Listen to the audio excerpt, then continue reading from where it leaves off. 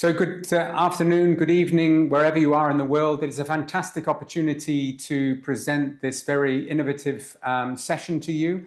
The University of Pennsylvania is running a 2-week conference, the Global Oral Health and Climate Action Conference, parallel and during the main conference that's happening in Belém, Brazil. And the idea of all these sessions is to generate policy recommendations, some action points that will be collated and then feed back into bigger agendas in WHO and also government agendas. So the material coming out of this session will be very much utilized and taken forward. As COP30 presidency said, we need to go from talking to action and implementation. And this, I understand, is really at the heart of this agenda. So without further ado, I will hand back to Valentina and wish you success for this tremendous session that you put together. Thank you, Julian. Thank you for this opportunity. And I would like to invite our co-chair, Dr. Elin from Norway, to start this presentation and to introduce our speakers for today. Thank you so much, Valentina, and hello everyone around the world. Today we come together with a shared commitment to climate resilience prevention, the visionary principle and knowledge of what it takes to ensure holistic health, all in the best interest of both children and the planet. As an advocate for children's rights to quality early childhood education and planetary well-being, I'm honored to serve as the moderator for today's webinar with you world-leading experts on a variety of approaches to our webinar on early childhood education as the first line of NCD and climate resilience prevention. My role as a doctor and professor of early childhood pedagogy and as the director of the Kintnow Research Center for Systemic Research on Education for Diversity and Sustainable Futures in Norway has reinforced my belief that in the critical importance of this topic. And I truly believe that the session today will fuel my energy even more. I will remind us all of the WHO UNICEF Lancet Commission, led by Helen Clark, stated in 2020, a future for the world's children. They write, despite dramatic improvements in survival, nutrition, and education over recent decades, today's children face an uncertain future. Climate change, ecological degradation, migration population, conflict, pervasive inequalities, and predatory commercial practices threaten the health and future of children in every country. And in the faces of this polycrisis, which significantly impacts early development, it is essential to create opportunities for bodily and emotional resilience and for joining forces across disciplines, sectors, and national borders. So I'm genuinely excited about the relevance and urgency of our discussions today and a response to this uncertainty as knowledge workers gathered here, becoming global agents for sustainability by sharing our insights and evidence. Because it is evident, beyond any doubt, that early childhood education is vital, not only for children's development and education, but also for fostering long-term resilience in our societies. So, through this webinar, we aim to raise awareness about the significance of early childhood education and emphasize that children's best interest must matter more in policy making and in everyday practices. The Bangkok Declaration from last year expressed the urgent need to intensify efforts to mitigate the substantial health, social, economic, and environmental impact of oral diseases and health systems and societies.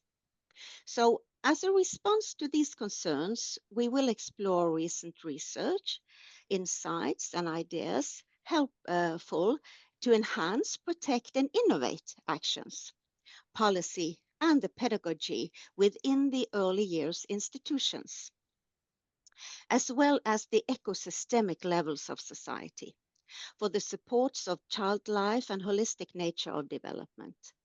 This encompasses essential aspects such as early cognitive and social growth, foundational learning, responsive care, responsible innovation, nutrition, health, safety, and protection. And I will also mention play, because we must not forget the meaning and joy of life in all the serious concerns. Through our conversations today, we will uncover how empowering children to care for self-protection, care for others and the planet can lay the groundwork for resilient communities and societies. And we will examine a broad range of conditions fostering international collaboration to tackle the threats and challenges facing future generations. It is now time for me to introduce you, Dr. Joël Monzée, Doctor of Neuroscience, Institute of Psychology, Canada. You will take us into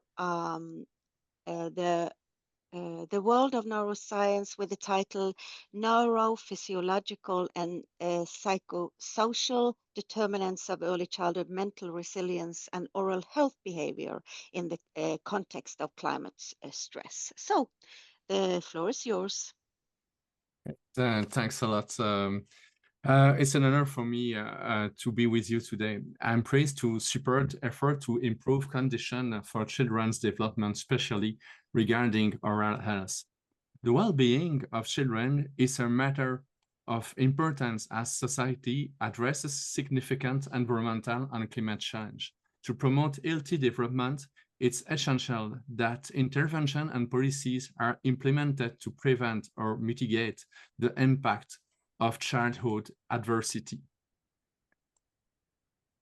Psychiatry is a powerful and essential clinical science. However, we have two limitations affecting the diagnostic process. The definition of psychiatric disorder emerged from consensus, but not from the measurement of biological markers. These definitions are sometimes too many focused on the effect of pharmacological molecules modifying behavior. To promote optimal child development, the aim of the guideline is to detect psychosocial and academic challenge at the early stage.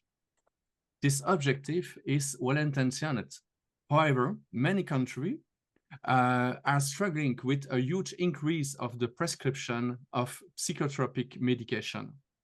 In the previous year, we realized a large report detailing the trends in psychotropic drug usage over the past 2 decades in Quebec. The following graph presents the annual consumption of this medication across 5 distinct age groups, respectively for girls and boys. E and B, psychostimulant to moderate ADHD symptoms. C and D, intuitive to decrease impulsivity. E and F, antidepressant to reduce the intensity of the symptoms of depression and anxiety. G and H, antipsychotic. Over the past 2 decades, there have been an obvious increase in these trends, particularly in primary school children and university students. Current data indicates that approximately 25% of young adults in Quebec use psychotropic medication. It's evident that children encounter numerous challenges, and it's the responsibility of adults to provide an appropriate support. Unhappily, clinicians are generally concentrated on presenting symptoms without considering factors such as family dynamics, the quality of educational and community support, environmental and socioeconomic condition, or climate-related stressor. Behind the During the summer, we published two large reviews on ADHD. The theory suggests that ADHD is caused by a neurodevelopmental disorder with a genetic basis. However, our literature review has identified 52 psychosocial or medical factors that may contribute to the manifestation or the severity of symptoms. For instance, various authors has identified dysfunction in the emotional, environmental, and nutritional domains, disturbance in microbiota and dysbiosis leading to the prediabetes, osteomuscular disorder of the jaw, a range of sleep disturbance, as well as an excessive use of video games or virtual social networks. The first concern at present is how to aid these children, especially while some children may require psychiatric support, their numbers are likely limited. It appears that theoretical frameworks may have overlooked aspects of the typical and universal child development. A baby possesses all their neurons except for stem cells identified within selected regions of the brain, like hippocampal structures. Brain maturation is prolonged process extending over 44 years old, while recent studies indicate that the peak of cognitive skills occurs between 55 and 60 years old. Moreover, maintaining a healthy lifestyle practice, foster positive emotional condition, and engaging in medication have been shown to augment the volume of the prefrontal cortex. The maturation of the maturation process is closely linked to increase the gray matter within the prefrontal cortex. Humans exhibit this advanced capacity for cerebral development. This phenomenon presents two advantages. First, it facilitates adaptation and interaction with the environment, offering considerable opportunities to lead to learning and exploring imagination, culture, art, and engineering. Second, it provides significant potential for people who have experienced that challenge during the childhood. No adults, by a positive altering their familiar or social life, some of them may develop their abilities and reach a well-being. Four factors contribute to the brain maturation, particularly in the prefrontal lobes. These include both genetic and epigenetic influence. However, life experience, the experience of the risk or protective factors, and determinants of mental health play a especially major role. It is remarkable that young children can form 300 million synapses per day, provided they feel safe. The quantity of the synapses directly impact the volume of the prefrontal cortex and the capacity to exercise discernment, especially under stressful circumstances. It's essential to recognize that learning inherently results from a sequence of adaptive processes. The environment undergoes continual change, required adaptive response in biological systems and behaviors among humans, plants, insects, and other animals. These experiences are retained in memory to support more effective adaptation for the next situation. When a child or an adult encounter an opportunity, emotion guides subsequent action of thought. Emotional constitute a neurological response to endures for 90 to 120 seconds. If this physiological state persists beyond this duration, it indicates that the mind is generating specific feeling, reflecting the affective or cognitive process. Every emotion initiates a stress response, mobilizing the body or the mind to respond to the change imposed by the circumstance. The stress loop triggered in less than a tenth of a second. It's essential to acknowledge that this change may be tangible as well as imagined or virtual.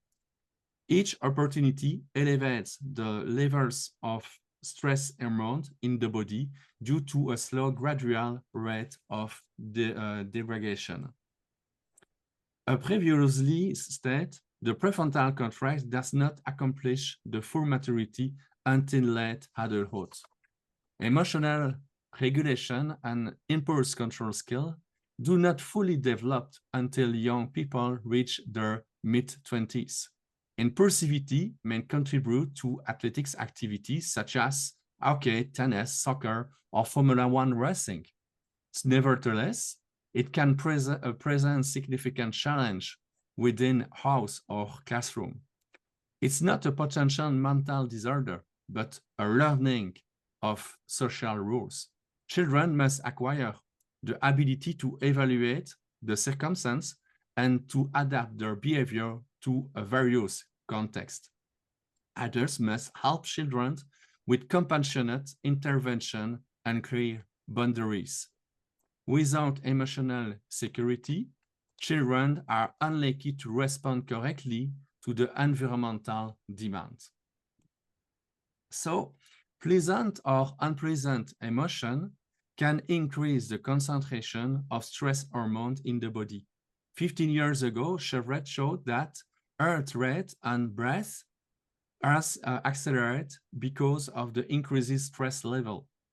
At a moment, it's too hard to manage the stress level. Amygdala controls behavior and the child falls into an emotional seizure. He hits, he screams, he flees, he collapses, and the stress level decreases slowly.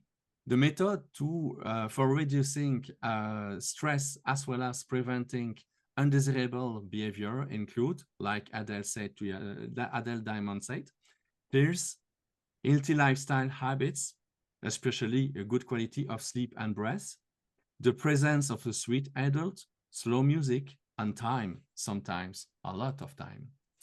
Without security, from a compassionate adult, achieving calm may require several hours and sometimes 1, 2, 3 days, and in some cases, more times. During this period, synaptogenesis is blocked, the maturation of the brain is on pause. Earlier, I referenced two significant phenomena. The volume of the prefrontal cortex expands progressively each year due to a continuous formation of new synapses. A young child may form up to 300 million new synapses daily if he feels safe. 5 years ago, Max and colleagues measure the brain volume in young adults. They conduct a comparative study involving 2 cohorts of orphans from Britain and from Romania who were held in orphanage during the Ceausescu dictatorships. All the subjects were adopted by parents in Britain and have received a similar education. Almost 20 years after the adoption, the brain volume differs. The fuchsia dots illustrate the brain volume in English orphans. The turquoise dots indicate the brain volume in Romania children adopted by the English family. The volume is approximately 10 to 15% lower. The diagram B indicates that the effect on the brain volume is correlated with the duration of incarceration in Romania orphanage. Like Isabel said, stress is not fundamentally problematic. Rather, it's the context that may contribute to health complication and disorder. Positive stress facilitates adaptation and fosters the acquisition of new strategy. During periods of adversity, it's essential for children to receive support from caring, consistent, and honest adults who provide a reassurance and encourage a smoothly stress regulation. Conversely, exposure to chronic stress without supportive adults can impair neurological development and delay the growth of emotional, cognitive, and social abilities. Due to the time constraint, it's not possible to detail all potential consequences of disruption occur during the pregnancy and early childhood. A lot of studies suggest that various adult health concerns can be linked to the unfavorable or inadequate living conditions during early childhood development. The prevalence and severity of chronic disease are influenced by the intensity and duration of adverse childhood experience. So, education should undergo transformation to discontinuing harmful disciplinary practice to mitigate the risk associated with adverse childhood experience, enhancing educational approach within families, communities, and schools, addressing protective factor and its determinant to advance the socio-economic condition and environment affecting children. 27 years ago, Seligman initiated a novel orientation for his corporation to better understand what helps people be happy. The initial wave of positive psychology, however, presents several interpretive challenges, particularly in Francophone region. To address this issue, we introduce an alternative conceptual framework for understanding positive mental health. Every child needs an adult who take care of him.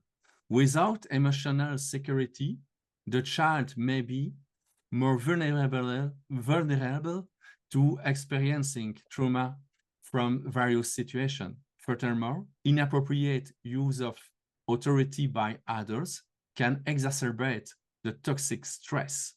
As a result, resilience and self-esteem may remain underdeveloped. Nevertheless, an attentive adult can provide reassurance of the child and contribute positively to a feeling of well-being. Emotional security supports healthy brain development, enabling children to enhance their capacity for emotional and stress regulation, even in the presence of adversity. Promoting positive mental health fosters the development of personal skills and resilience. Therefore, 4 educational pillars are identified as promoting positive mental health. Peaceful education breeds strong self-esteem. A protective adult induces a flexible adaptability. A safe social environment facilitates the development of emotional, cognitive, and social skills. Acting to reduce the climate footprints allows for an essential hope to reduce the eco-anxiety. When we talk about integrative health, it's to prevent or to reverse the process of chronic disease as much as possible. If we really want to help children, we must respect the rhythm of global development, and we need to consider healthy environment and climatic transformation. Thank you. Oh, thank you so much, Joël.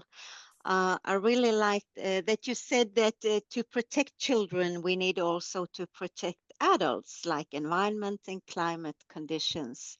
So thank you so much for bringing this very important knowledge into the educational field, at least for me. Thank you.